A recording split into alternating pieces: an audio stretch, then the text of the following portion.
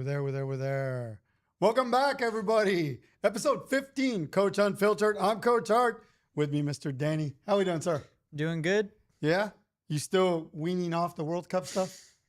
I think, yeah, I've already moved on. You're back to normal? You're back to normal? Yeah, I'm back to normal. I'm in club season. Wow, club season. Okay, so little few things are starting to happen. Let me show you some of these clips to kind of refresh your memory about what we're going to talk about here. Okay. Yep. That is Madrid. Yeah. What else we got, sir? What else we got back there? Oh, Colo. And yes. Okay, so that's going to pull us right into our first conversations. The biggest news that we've been having recently has been all the signings and the transfers, because it's a summer transfer window.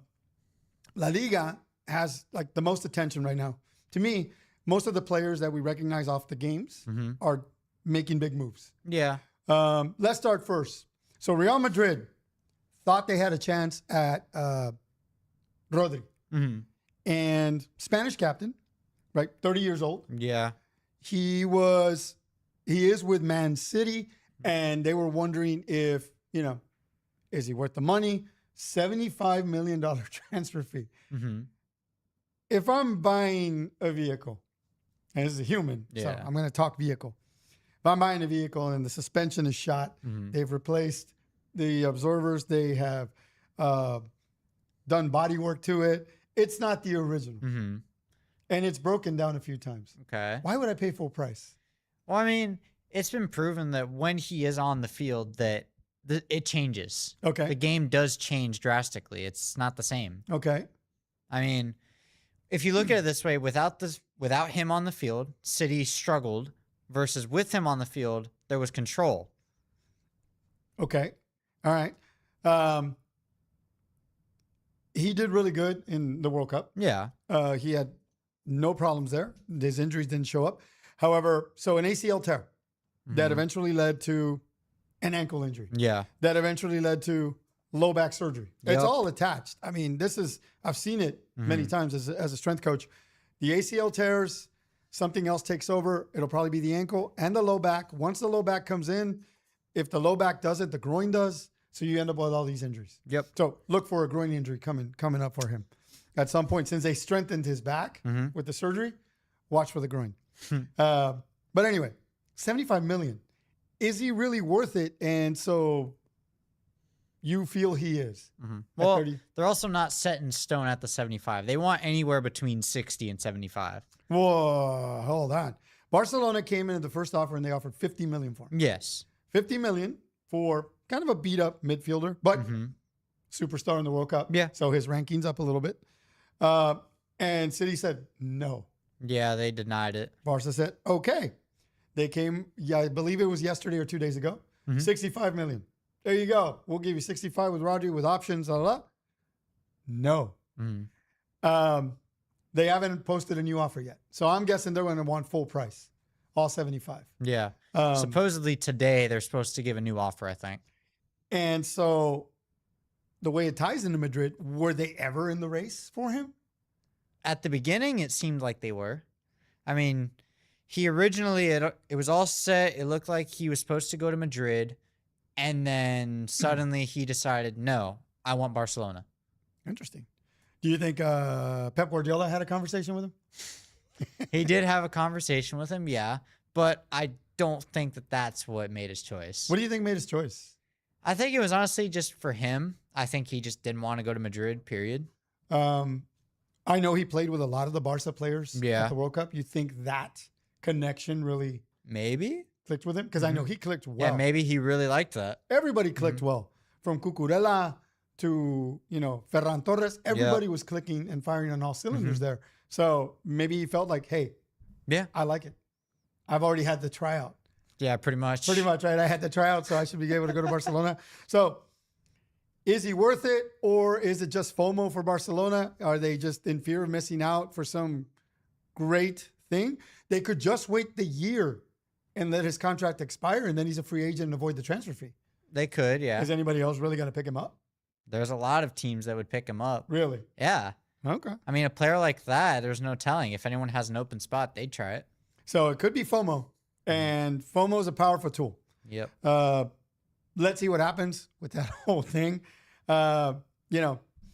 Pivot over then to Madrid. What the heck is Madrid doing? What are they doing? Full defense. Full defense. That's what they're doing. Okay. Revamped their entire defense from the fullbacks all the way to the center backs. All right. And why? Well, the way they saw it, they were losing to Barcelona because they kept getting scored on. Okay. So they thought, all right, we'll just get the best back line that we possibly can. And that's what we're going to do. Okay. So that's what they went with. They recently pulled up Yan Diamande. Yeah. And so he's normally on the left. Mm-hmm. He likes to occupy that left space, which Madrid already has Vinny. Yeah. They've already got Mbappe. Yeah. And they like that space. Mm-hmm. So they said, hey, he's got an 80% success rate from the right. Let's move him over to the left. He can cross in. Mm-hmm. He can't get in from the right, Yeah. but he can cross in really good. So feed the beasts on the left. I mean, that's where he's going to get the most usefulness. I mean, he's not starting over Vinny. Same with Mbappe. He's not starting over those two. That's true. This is true. So that's where they're going to put him. And then defensively, they brought in Cucu. Yeah. El Cucurea. So what do you think? You think he's going to be I think he'll just be normal cuckoo. just a pesky, Yeah. in your face constantly? Mm-hmm. I think it'll just be a new challenge for him. That's really it. I think it will be a challenge. Because he hasn't played in La Liga.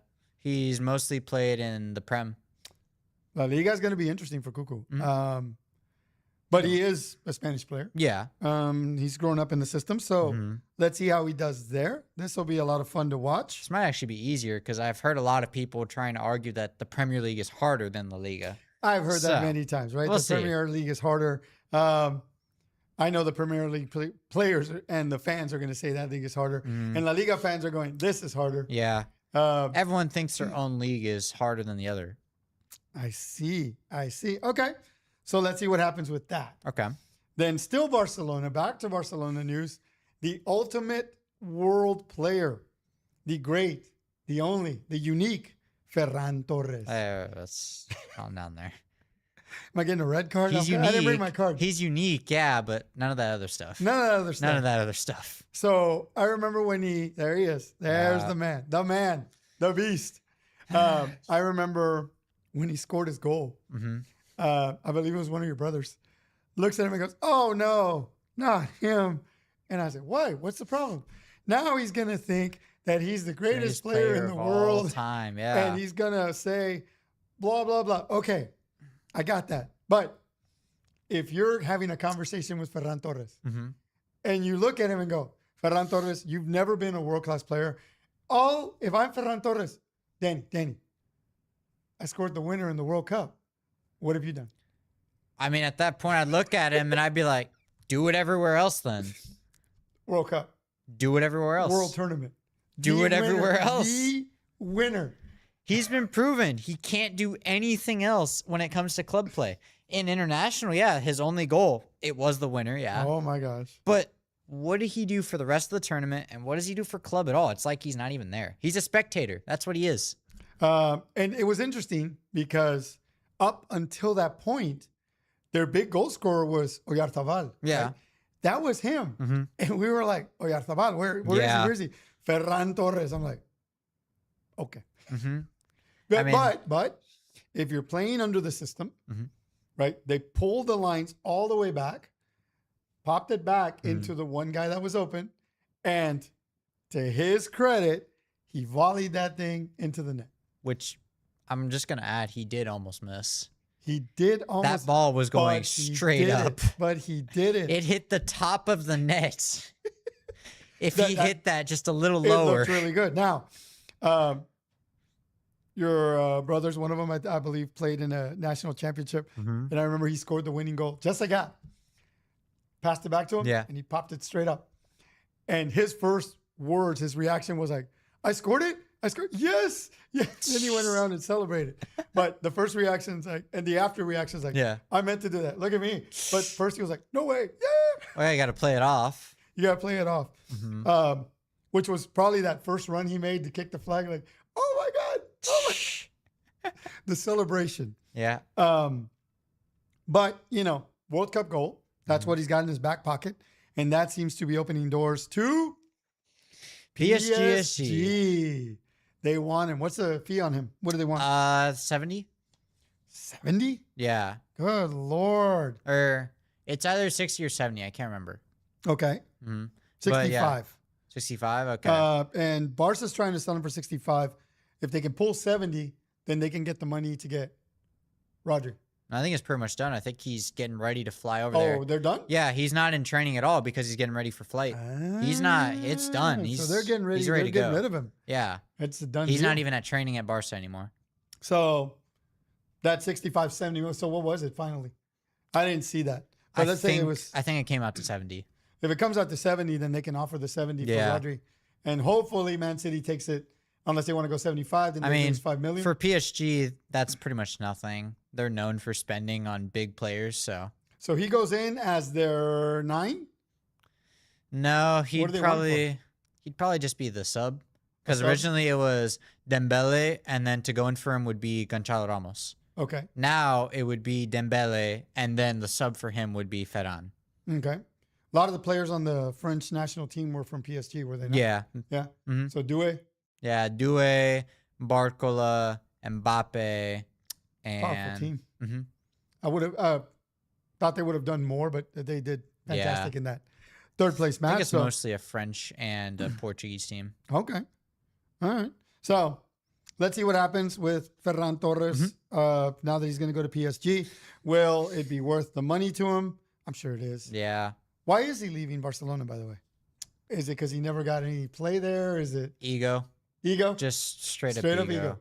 He said in an interview that Barca fans had to show them that they loved him. Wow. So it's pure ego. Well, do you have a World Cup goal? It's pure ego. Do you have a World Cup goal? I cannot wait. I cannot say what I would be like if I had a World Cup goal. I'd like to think I'd be a well-grounded individual and say to myself, yes, I scored the World Cup, but I'm still just Coach Art. I'd be like, I'm Coach Art. I think that would be me. I don't know. See, here's the thing. I can't wait to see him crash and burn when the World Cup wears off. Harsh words. Man. Unless maybe he's surprising me. Maybe he does turn into a world-class player. But I want to see it. Okay. All right. I got you there. All right. So Ferran Torres now. Colo Colo. Chilean. First division. They are the first place team. Mm-hmm. Why are we talking about Colo Colo? They signed Vozinha. So Vozinha, world-class keeper from Cape Verde? Yeah. Cabo Verde. Mm-hmm. And became a phenomenon. 40 years old. Get this. He's on a 6-month contract to start. Okay. 6-month contract. Oh, yeah, he is 40. Yeah, he is 40. What are you trying to say, man? No, for a keeper, that's typically like towards the end of their career. Like 40s, 90s. What the heck? For a keeper, that's typically like the end of the career. That's a good thing I'm only 32. But, yeah. 32? Yeah, 32. How many years did you take off? 4. So, Colo Colo, 40 years old, 6 months. The man is going to get a reported, get this, 47 million Chilean pesos a month. How much would that be? Translate, the conversion rate is $30,000 a month. So roughly, he's probably 180,000 is what they're going to pay for. Okay.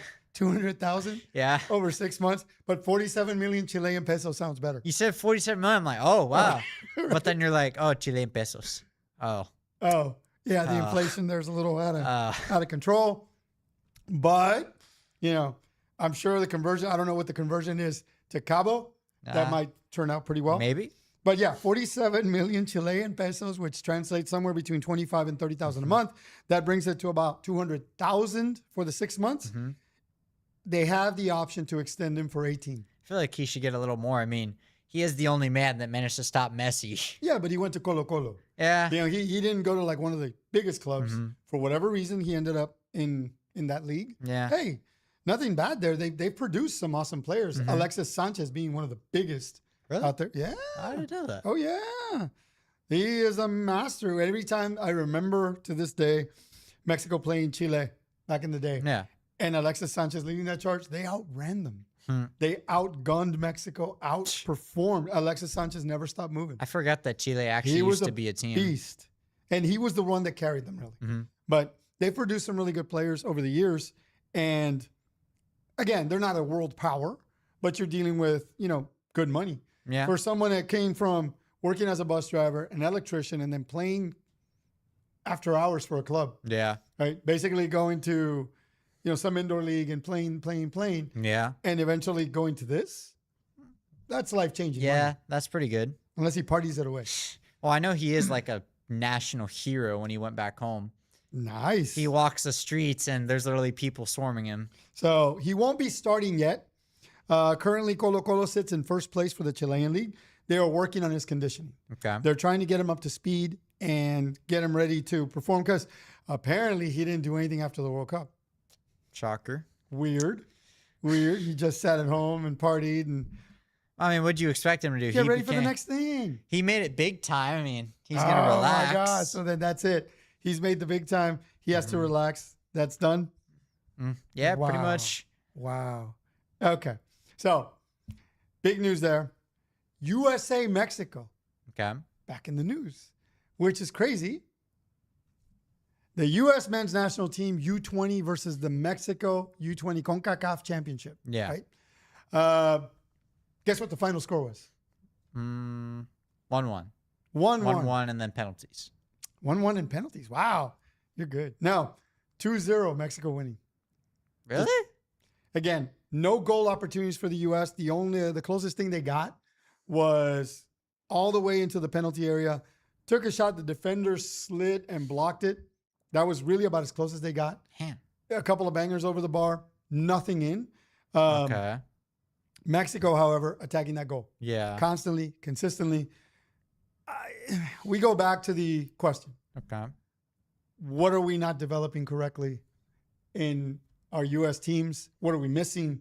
What's going on? Well, I mean, I've said it before. We miss a lot of talent purely because of that money barrier that's placed there. It's basically you put a giant wall here and you expect these kids who are really talented to be able to climb over it. We've seen some of those lower-end clubs that don't charge as much. And there's some talent to be spotted. There is, yeah. There, if only they wanted to go look. If someone actually went to look and found those players, they could actually go and make a name for themselves. That's something to think about. Even our own in town, right? And I will call it out. Houston Dynamo used to run camps in this town. And they used to ID players all the time. And they were known in the community. Not anymore. You guys fell off. And most of us don't recognize you as the team locally. It's kind of the Dynamo. You only go to the ECNL tournaments. You only go to the big stuff, Rayados, all that stuff. You don't go looking for the talent unless someone knows you. I get it. I do. It's the best way to make money. But you're missing out on a lot. If you're really for Houston, about Houston, you need to come look. There's a lot of places you're missing out on. On that note, Austin FC. Okay. Austin FC has a really good recruiting system, and they've even reached out to us. They may be coming on the show at some point because they want to talk about their recruiting practices in Texas. Okay. They can't see anybody U14 and under, but they're happy to look at players. All right. That says a lot. I'm like, that's awesome. Yeah, it does. All right, that's cool. I would prefer the hometown team, but Texas is our hometown anyway. Yeah. So I'm good with it. So FYI, if you're out there. But then again, back to this. The developmental issues that we're facing came back again. So Mexico, 2-0 win. Now, controversy. The VAR systems at the CONCACAF U20 are not the same as the World Cup, by the way. Okay. They're not using the same chip on the ball and all that. Okay, but do they have like the same view on the VAR? Sort of. They don't have it on the goal line. It's from this angle, and I think that angle, but nothing on the line directly. How am I supposed to see anything? You figure it out. You're a referee. Yeah. Referees figure these things out. Yes. Okay. Yes. So they had a goal. Mexico always, right? Nice header. Yeah. In, bounces off the line, steps in. There's a defender in the net, and he blocks it. But the AR called the goal. The referee was facing the player. The AR on that side said, goal, and ran down the line. All right. I'm like, okay. All the bodies were facing the AR that way. Yeah. And he saw it. Okay. It says the ball clearly crossed. They reviewed it. They went into VAR. He was holding the kickoff. It held. They got All to go. right. So, okay. Second thing that happened, one of the Mexican players is running in. He's breaking loose again, as they tend to do. Yeah. U.S. national team defender, slide tackles. You saw this one. I did.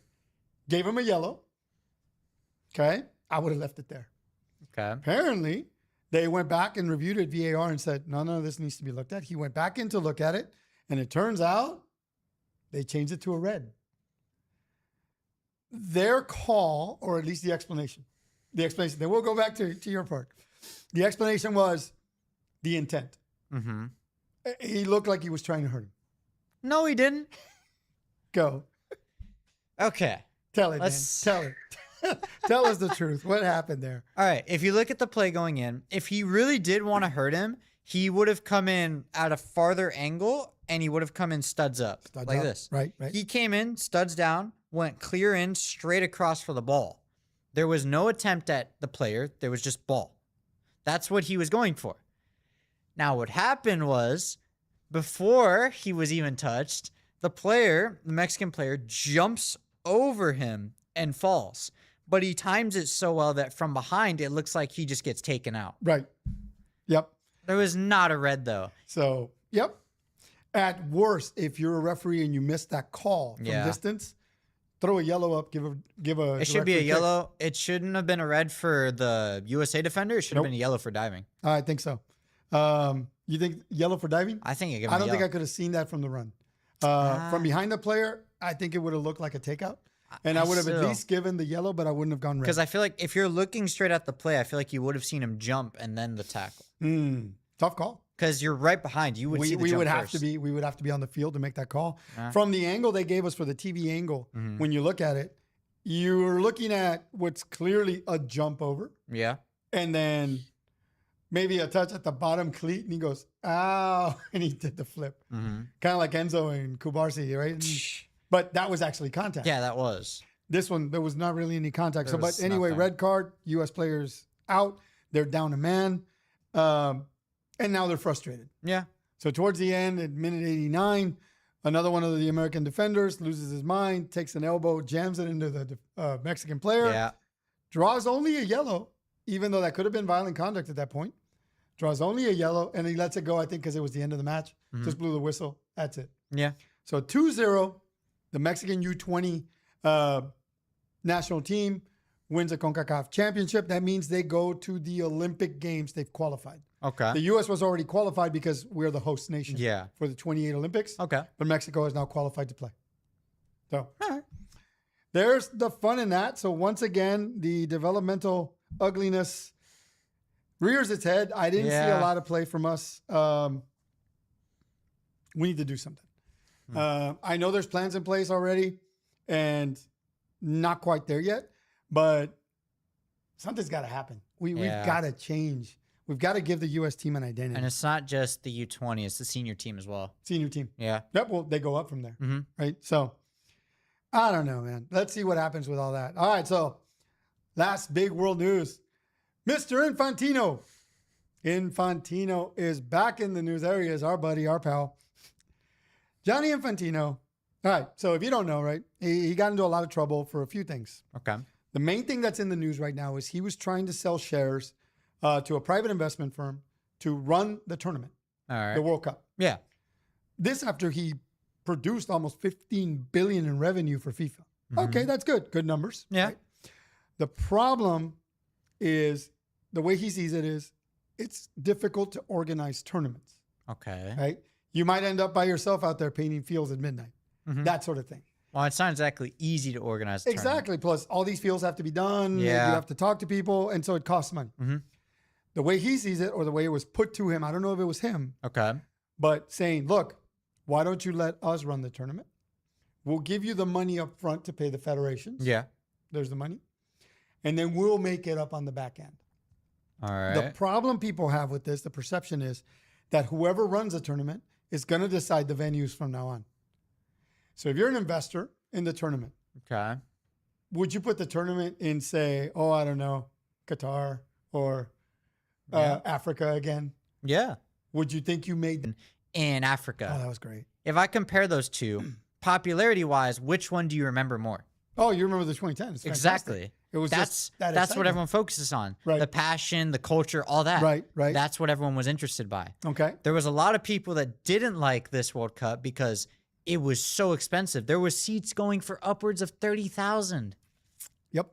No one wants to go to that, and that's why majority of the people ended up just watching from home. The funny thing, though, is if they do end up watching from home, then say Netflix monetizes that. Yeah. And they decide to stream it. And ESPN monetizes. Everyone gets the rights, but the private investors are the ones making the money. Here's the thing, though. A lot of people figured out, hey, I don't have to go to the big sites. I'll just go to some watered down site over here and watch it through there. Now I get it. I may have to watch an ad or two, but I get it for free. Wow. Man, people always looking to get ahead. So that's why he's in trouble. One of the other reasons people don't trust him is because when he was part of UEFA, when he left, he secured himself a nice little payout for basically losing his job. Okay. It was interesting. Not the only person in the world to have done that, All right. but it's one of those things. You're working for a nonprofit organization. Yeah. How are you taking money from these guys? You do get paid All for right. running it because it's a big job. But at the same time, these extras seem to be following him everywhere. There's also a rumor, I don't know anything about it, Okay. that back when he was at UEFA, he had a mistress somewhere in there and that UEFA paid her off. This is what people are talking about. Was that And ever so- confirmed, though? They don't know. No one really knows. That money's transferred, things happened, and people going, wait, what? I'm willing to bet if something did happen, it was probably just covered up. Because something like that could be pretty big. It could be pretty big. Yeah. So the big thing now is this, people don't have trust in him. So the UEFA, the CONCACAF, the AFC, Yeah. they've all said, you know what? We don't trust you. We don't want you. However, he held a meeting with the FIFA board, the voting members of FIFA, him, and the voting members said, do you all trust me? Yes, we trust you. They went and told all the leagues, we trust him. He's okay as the president. And everybody went, none of us represented.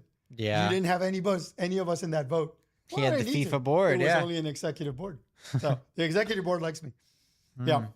So we'll see what happens with Mr. Infantino. Yeah. It's interesting how this is working out on the world stage. We already see it in the youth soccer world. These machinations, this back and forth with money. Yeah. People with power, no power. It's insane. I hope it improves. But we're going to see. I don't think this is dead yet. I've got a special guest, long-time Houston club, Texas United Football. I've got Jimmy De La O coming in to talk to us. I think you'll be pleasantly surprised. I used to not like these teams, but they were always this awesome, aggressive play style. Okay. And I want to know why. Where did that come from? Every time we played them, man, it was like a wall. They just came at you.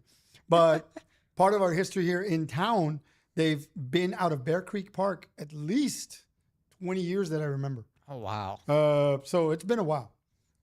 So looking forward to talking to him. So we'll be right back after this commercial break with Mr. Jimmy. Stay tuned. Here we go.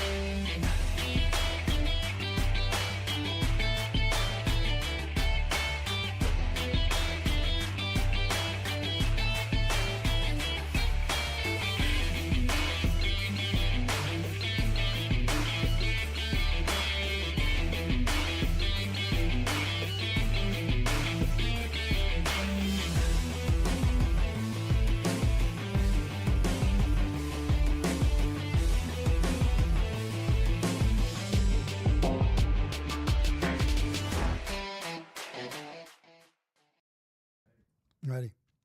And we're back. All right. So my guest today, Mr. Jimmy De La O. welcome to Coach Unfiltered. How we doing, man? I'm doing great. How are you? Good. You're club manager, Correct. The general manager over at Texas United. Texas United Football Club. Yep. I think we got your logo in here somewhere. Yes, sir. I said it anytime I coached in youth and we came up against your squads, it was always like, oh, these guys. Yeah.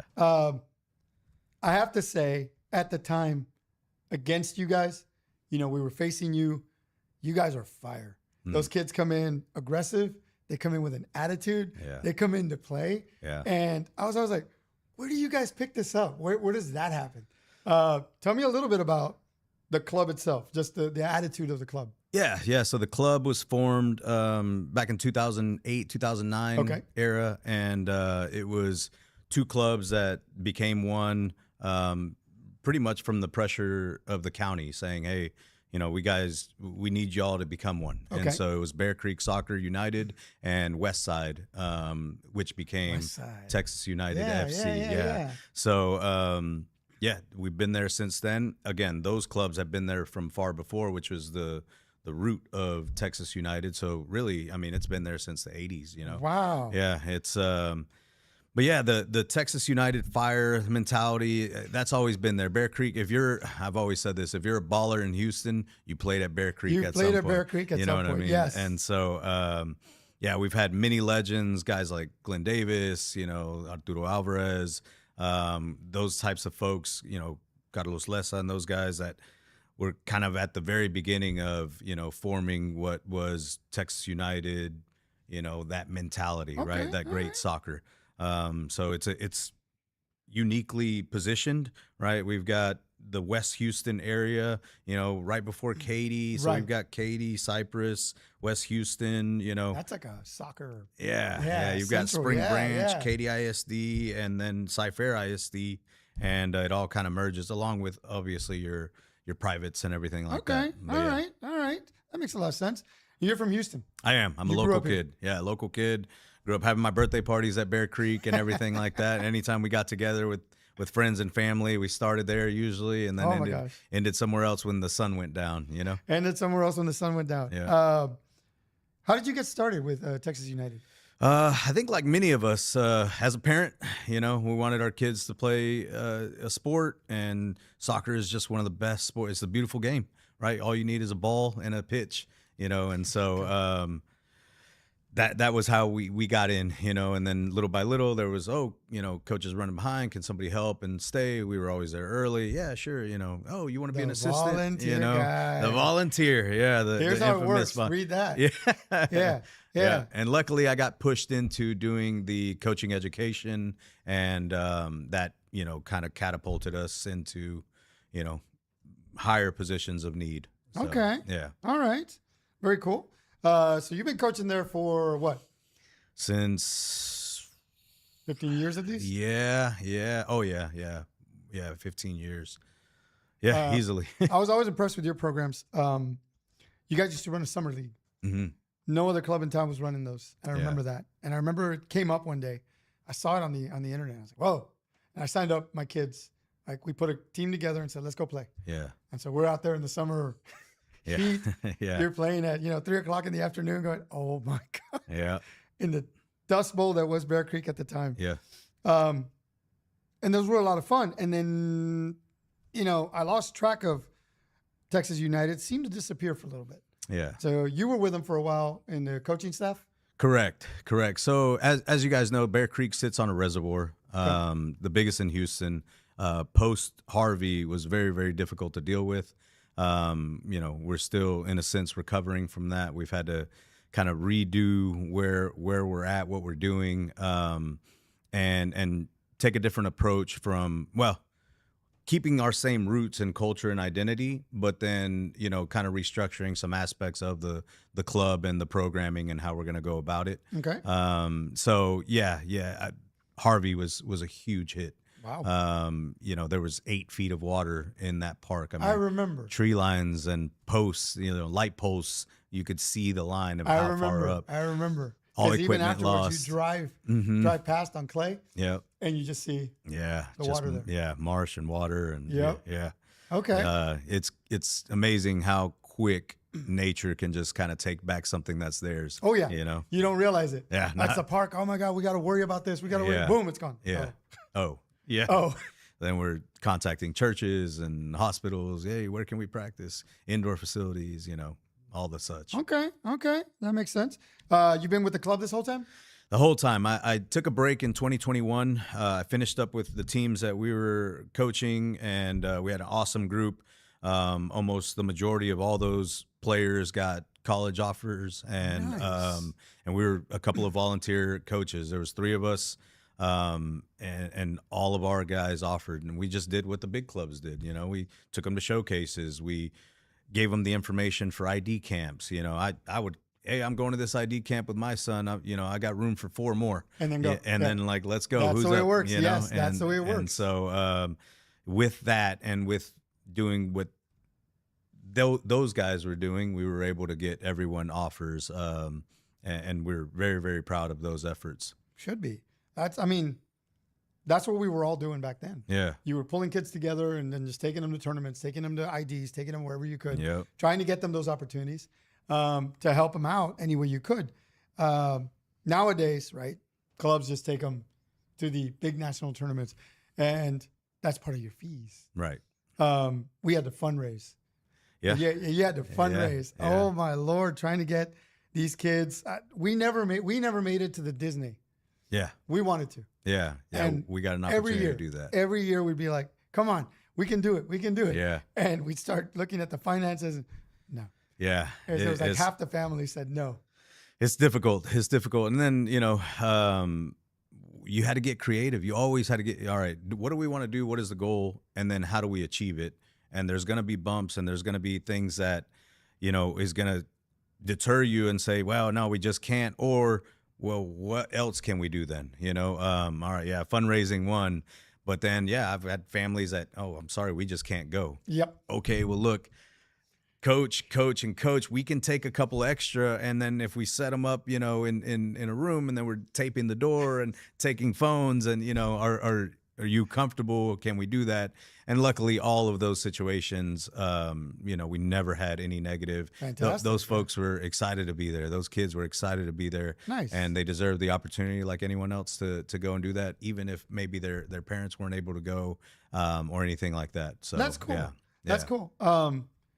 So you guys were playing in Houston youth soccer, right? Yep. All the levels up. I remember you could go white, red, blue, and then bring them up the ranks. And then once you determined they were good enough, move on to Division II. Yep. And so that was STISA. You Yep. moved up into the Eastern District Players League. That's right. Division II, Super II, Yep. and all the way up to Division I. And then now they have a platinum level. Correct. Yeah. So it used to be State Classic and then Premier, which became the Frontier, that now is called Platinum. Okay. So Okay. EDPL Platinum. When we climbed through all those ranks, and so when we were there, it was EDDOA. We went from Super 2, coaching our boys, to Premier, and Interesting. it was quite the journey. There was years where Premier lost. It was supposed to be 2 up, 2 down, Right.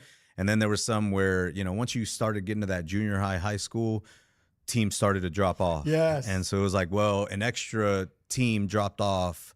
So then you guys have to stay in State Classic for an extra Like, year. ah. And we were like, we worked so hard. We got the 2nd place, and then you're keeping us down. And it was, but that came with the territory. It still does. So then promotion relegation was big in the STISA model. Yeah, very And big. I remember that because our last team I coached through there, we got into the Super 2, working our way, trying to get that, knocking that door on that Division I Yeah. was always the toughest. Yeah. Right? Teams held on. And like you said, they would fall off. You're like, oh, come on. And then we dissipated as we got close, and then that was it. So I Yeah. was like, okay, I'm good with it. Yeah. But we developed that squad from the time they were U9. You had to keep at least the core of players together to keep them moving forward. Right. A couple of times, years later, doing a different team, disbanded. And then I ended up with one player from the original and all new. Yeah. And so start over. And I'm like, oh God, okay, so we're going to stay recreational, keep working. Get them about a year in, 2 seasons in. And I'm like, okay, I think we can do it again. Yeah. Let's push. Got the city championship, the HISA. Awesome. So we're like, okay, we're good. And then get to the Super 2. and everybody walks away. You're like, Yeah. come on. It's hard. It's very, very difficult. And, having those, and then you throw in there, like we're in a current year right now where U.S. soccer says we're going back to academic year. So 12 years ago when this happened last, we were in that. We were academic, but we were switching to calendar. Oh, And so, that's right. so then the Yes. age bracketing went Yes. from academic to calendar. We, on our roster, we had two teams. We had an A and a B. And and I remember saying, okay, well, if you looked at everything, we've got a pretty solid core for a 2001 team and a 2002 team. What do we do? Do we keep the A and the B? The B was already looking like it was going to, like you said, nah, this isn't for me. It's too complicated Yes. now. And so we were worried. So then we decided to split them. Okay. The 2002s had essentially been playing up their whole career. Okay. So they went on like an undefeated 1.5 year run, and then the 01s had to get really creative. And it was amazing that we had two groups that were so different on the field, but they met their challenges and said, okay, we've got to be more creative here. We lacked some size now, but we're going to do everything that we can to win. Okay. And then those had some strugglings, but then leaders stepped up, which was awesome, and then this other group, so quiet, but they were technically just boom, boom, boom, boom. From the keeper all the way up, everyone was comfortable with the ball at their feet. Nice. And it was awesome to have those two groups, iron sharpening iron, at the end of each practice. You're talking about some of the best games that we would see because you're talking about two state classic teams. And two different styles. And two different styles just going at it at the end of each practice. That's pretty cool. So it's those kinds of rides I that love those. I love those. I'll talk to some of those boys still to this day. They're about 24, 25. And they'll tell me, if I can go back to a time in history, it would be prime club, and I think a lot of these guys do that. Yeah, they do. I've had some of my players, or I'm sure you get it. You walk into some place and you see a guy that used to play for you. Yeah. Coach? Yeah. But yeah, who? And I have trouble figuring out who they are. I'm like, yeah, hello? It's so-and-so. Yeah. I'm like, oh my God. Or they have a kid and you're like, what? Yeah. You're like, me now? What? It's really cool, some of the stuff that you remember from working with these guys. Mm-hmm. And what they remember the most. If it's club, that's fantastic. Yeah. I think we did our job there. For sure. Moving on then, you started out as a volunteer. Mm-hmm. Then you went through the U.S. Soccer Education Program. So you Correct. started getting your licenses. Correct. Going as far as a C Okay. license, yeah. The most impactful to me when working through the licenses, going in and you do the 11v11, you do what used to be the E. Remember the E's? Yep. All that stuff. And then you're like, ooh, I know stuff. And then you start getting into the big licenses. And I think the one thing that's stuck in my head the most, and I've said it many times, is as a coach, you have no idea who these kids are going to be. You don't know. So if you're going to put yourself in their path as this leader and developer, then you should be prepared to do that. Because if I'm just a guy going, yeah, I think I can figure this out, and their first experience with you is negative, Right. then it doesn't work. Right. Then they might turn off from the game. You don't know what you just turned away. Yeah. So it was after that really that I started taking it more serious. And I was, oh, okay. Yeah. So maybe I shouldn't yell at the kids like that. Yeah. Yeah. I'm guilty. I had many times I reacted the wrong way. Sure. And I go back and reflect going, oh man, I hope I didn't turn anybody off from that. But then as a coach, you go, okay, let me learn from that. Yeah. So now that you've started to understand these things, have you guys started to implement more principles of play or developmental systems into the club, or not yet? Or are you working? Yeah. So definitely encouraging and pushing all of our coaches, to go through the licensing. Okay. And I think technology, where it helps, you always look at what is your responsibilities, how does technology help and not help. In regards to soccer, when we went through the courses, we had to record ourselves running a training session. Yes. Oh, right. that was and that's nerve-wracking. huge. Then you get to see, I talk too much, or I'm saying this to, and then you get to, So then it's that self-reflection that we want out of the players. Like, Right.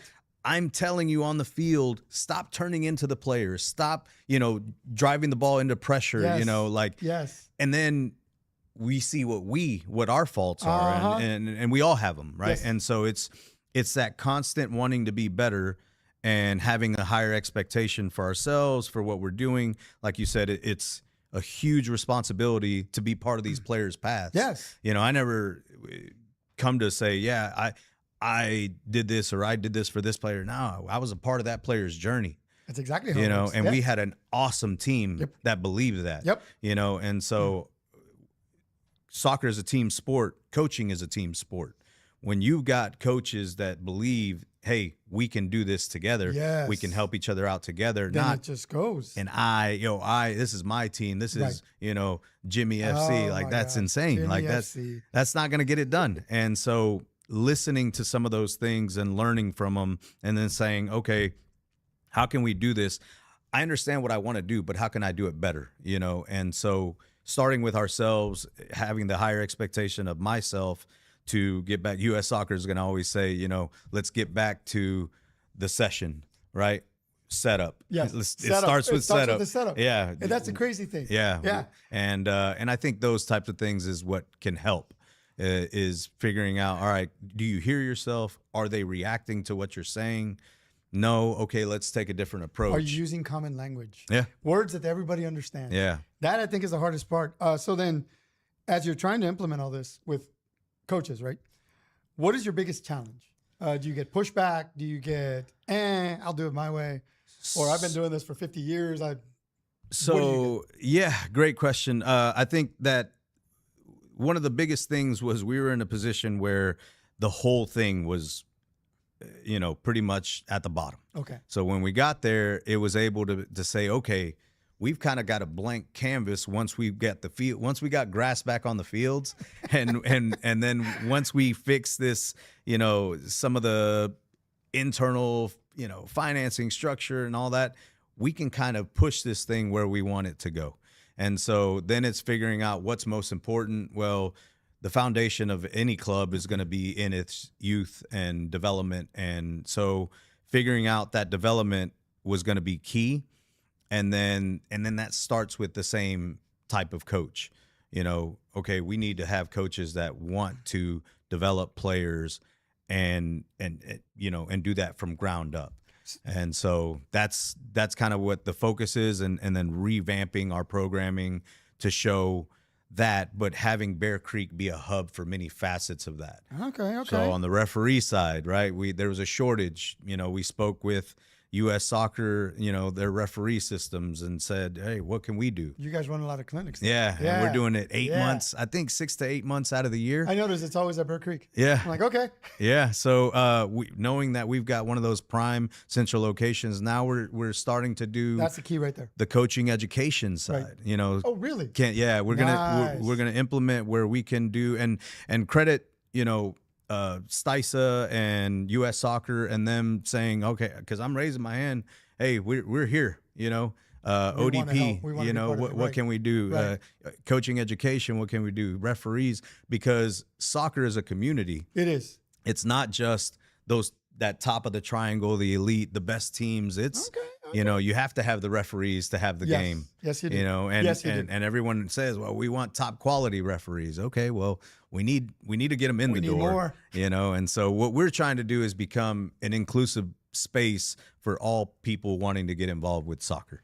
When so because- then, based on that, if you're looking for coaches that you think will follow along with a development system, are you guys selective, or is it basically first come first serve volunteers and then go from there? Yeah, I think you always have to look internally, like, who are we? What do we have here? I think before you start looking externally, what do we have within the club, and who wants to be part of what we're doing? Okay, And that makes sense, yeah. Yeah. It's like, I think giving those coaches that have been there, that know what the culture and identity of the club is, and have wanted something more and better, starting with those coaches and saying, hey, let's work together, let's turn this around, and let's take it to places it's never been. So starting internally, and then of course, I used to be a player at Texas United. You know, I'd like to get involved. I've got a son now. You know, he's I wanna help him, 4 or right? 5 years old. Yeah, You know, there you and go. you know, I played college soccer. And so then we start looking kind of, still internally, but then this player left, and That's pretty cool. like I did, Yeah, right? yeah, yeah, And so left, came back, and I'm a better coach now, a better father, community member now than I was 10 years ago. So, Awesome. how can we implement that towards the club? Okay.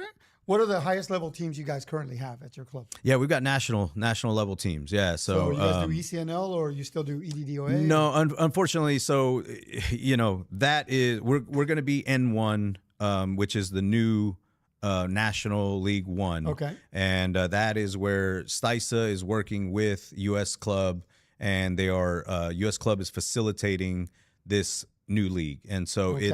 it's the beginnings of starting to work together with. So whatever was happening at US Club Soccer and then the highest levels of STICE over here, Yep. put them up there. Yep, put them up, and then let's see where they're at. Let's see how they match, and then go from there. So we have a team there. We had 2 that were eligible, but one is kind of aging out, and so I've been there. When we made Premier, it was in our final year Yes. as well, and it's like we dominated everything the year before. And then we finish and it's Premier, and it was just like, oh, but half of our team's gone. Gone. And yeah. We were blessed enough to still be able to form a strong team, finished mid-table in our last year at Premier, but yeah. So now National League One, you guys must be charging an arm and a leg for those squads. Oh God, no. That's $5,000 a team. Yeah, no, nothing's changed. Come on, man. The model hadn't changed. So What does it cost? Again, inclusivity, right? We want everybody to have a fair shot at playing. Right. We pride ourselves on being the most affordable small big club in Right. Houston. And so it's $470 to play for the year. What? Hold That's on. registration, fall and spring. No way. And then our paid train program is $60. And whether you're playing Super 2 or that national team, they're paying $60 a month for training. Are you kidding me? Nope.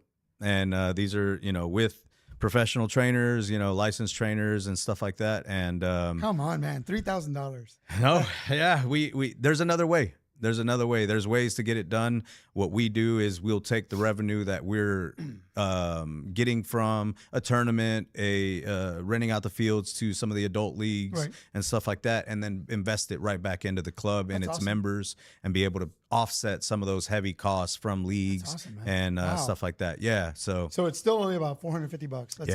yeah, which is Wow. what it was when my son went through. I'm like, really? Yeah. I gotta It's congratulate you. unheard That's of. I know But that's the old model. that is the old That's traditional not supposed model. to work anymore. That's Come not on. supposed to work anymore. It's but supposed to be a corporation kind of conglomerate. President makes $150,000. yeah, no. We're on teacher salaries over here, What? and we don't. Come on, man. You're drawing. Everyone's doing their 200,000 a part. year. No, God, no, nothing like that. That's amazing. Yeah. That's really cool. And I think that's one of the reasons I really wanted to talk to you guys the most is all we hear is the big clubs in town. And the big boys are always, oh, we have the connections to so-and-so, so-and-so, so-and-so. And we can get your player there. We can get your player there. And even I, as a parent, have bought into this. Yeah, And you look at these clubs and you're like, okay, well, $3,000 and then the uniforms and then the fees and okay, go. And you pay it. And then you realize, this is, I don't know. yeah, But then I'd see you guys show up. So I'm a referee and an assigner as well. yeah. I show up at a tournament and I see your squads come in and I watch the gameplay. And I'm like, oh my gosh. And I tell my son, did you see that? That's Texas United. Yeah. He's like, who's that? I'm like, I can't believe Yeah, what I'm seeing. So as I started digging more and more into, where are they? I realized it's still you guys. yep. You're still there. And the price was way down here, but the quality's there. Yeah. Wow. Yeah, it always takes those special coaches, those special, team moms, those managers that are saying, we're willing to do something, we'll get organized, we'll fundraise, we'll, be there, we'll pick up, hey, we had this player go through something very difficult. We're going to rally around them. We're going to come up with figuring out how to cover costs, or, can you talk to the club? Is there anything the club can do? And then we're going to say, yeah, this person deserves that opportunity just like everyone else. Life happens. Wow. So yeah, it's special, and it's a credit to all the folks that we have there at the club. Great job, man. Yeah. Great. That's awesome. That is. And I'm really happy to talk about that because, again, Houston youth soccer is more than these gigantic clubs. Everyone looks at the name, doesn't think any further. But you're right. It's community. It has to be that way. And you guys are building quite the little community there. Yeah, So yeah, we're on our way back. then after that, you also opened an indoor place. Yeah, so it took over Soccer. an existing business. So Okay. yeah, it was there. King Soccer's been there since 2016. Previous owner did a phenomenal job putting something in to the community that the community needs more of. They need good spaces where somebody can go and play the sport that we all love. Right. And at an affordable price. And so yeah, credit to him and where he was able to start it. And then it was always rumblings and conversations. So I have adult teams as well as was coaching youth back when. And so all of our teams would go play there, when they first opened. Hey, I heard there's a couple of free hours available, to bring on and let everyone know about this new place. Right. And yeah, so COVID hit everyone hard. And COVID provided an opportunity for us to be able to go in there. My wife and I were able to purchase the business, and yeah, that's 2021. We're now 2026 going strong. Wow. Yeah, and so you're not selling out to any of the big clubs? no, Come on, man. no.